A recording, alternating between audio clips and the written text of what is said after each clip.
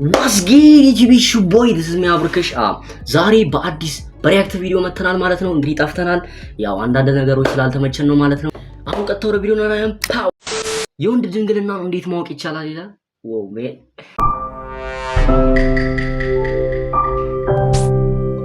ልጅ ድንግልና የለው። አዎ የሚቀደድ ስራ የለውም። ግንኙነት በማድረግ ጊዜ ደም አይደማም። ግን ለኔ ወንድ ድንግ ጋይስ ምንድነው የምትለው? ፈጠነች እኮ ልጅ ድንግልና የለው። አዎ የሚቀደድ ስጋ የለውም። ግንኙነት በማድረግ ጊዜ ደም አይደማም። ግን ለኔ ማለት ነው የወንድ ድንግልና ሳይኮሎጂካል የሆነ ነገር ነው ብዬ ነው የማስበው። አንድ ወንድ ማለት ነው ግንኙነት ለመጀመሪያ ጊዜ በህይወቱ ሲያደርግ የሚፈጠርበት ስትረሶች አሉት። የማያውቀው አይነት ኢንቫይሮንመንት ነው ያለው። የማያውቀው አይነት ነገር ሲገባ ነው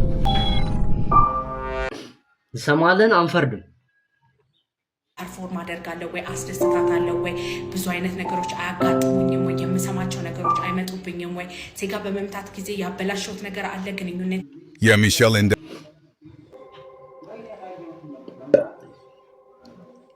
ጋይስ ይገም ማለት ነው ለግ ይመጣል ወይ የሚባሉት ሐሳቦችን በሙሉ ማኔጅ አድርጎ በትክክል ግንኙነት ማድረግ ሲችል የዛኔ ድንግልናውን አጣብለን እንላለን ማለት ነው። በህይወቱ ለመጀመሪያ ጊዜ ለሚያደርገው ግንኙነት ባይዘ ማለት ነው ተጠያቂ አይደለም። ተኝቶ የቆየ የግንኙነት ነገሩ ለመጀመሪያ ጊዜ እየተነሳ ነው። ብዙ ነገር አልለመደም። ስትረሱ አለ። አዲስ ነገር ነው። ስለዚህ የቶሎ መጨረስ፣ የብልት አለመቆም ችግር፣ መልፈስፈስ፣ ጭንቀት ምናምን ሊፈጠርበት ይችላል። አንድ ምሽት ተቃኛል በመቤቴ የተፈጠረችው ቶሎ መጨረስ አንድ ምሽት ላይ የተፈጠረችው የብልት አለመቆም ችግር ተደጋግማ የምር ጋይስ ይፈጠራል ብላችሁ ታስባላችሁ? የምር ጭራሽ አይፈጠርም ማለት ነው። ኦ ማይ ጋድ that was hard። እንዴት how impossible እንዴት ሊሆን ይችላል? አለመቆም ይችላል ጋይስ? ና አይመስለኝም። ይሄ ከራሊቲ እስቲ ኮሜንት ላይ መጣለች ማለት አይደለም። እና ሆስፒታል ደግሞ የሚያሯሩጣችሁና የሚያስደነግጣችሁ ነገር አለ።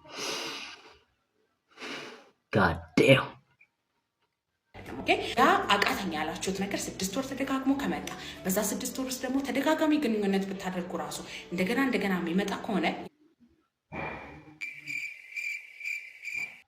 አለማወቅ ኃጢአት ነው የሚባለው ነው። የዛኔ ሰንፈተ ወሲብ አለባችሁ ማለት እንችላለን። እንደአግባብነቱ ሆርሞን ላይ፣ ሳይኮሎጂ ላይ፣ ነርቭ ላይ፣ ደም ስር ላይ ያሉ ችግሮች ይኖራሉ። መታችሁ መታከም ትችላላችሁ። ማንኛውም ሰንፈተ ወሲብ መታከም ከፈለጋችሁ ባዮ ላይ ባስ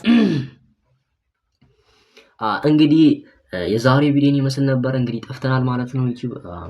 እስቲ ቻናላችንን ላይክ በማድረግ ሰብስክራይብ በማድረግ እየደገፋችሁ እንግዲህ ድጋፋችሁን አሳዩ ማለት ነው። በቀጣይ በአዲስ ቪዲዮ እስከመመጣላችሁ አውሲ ኔክስት ቪዲዮ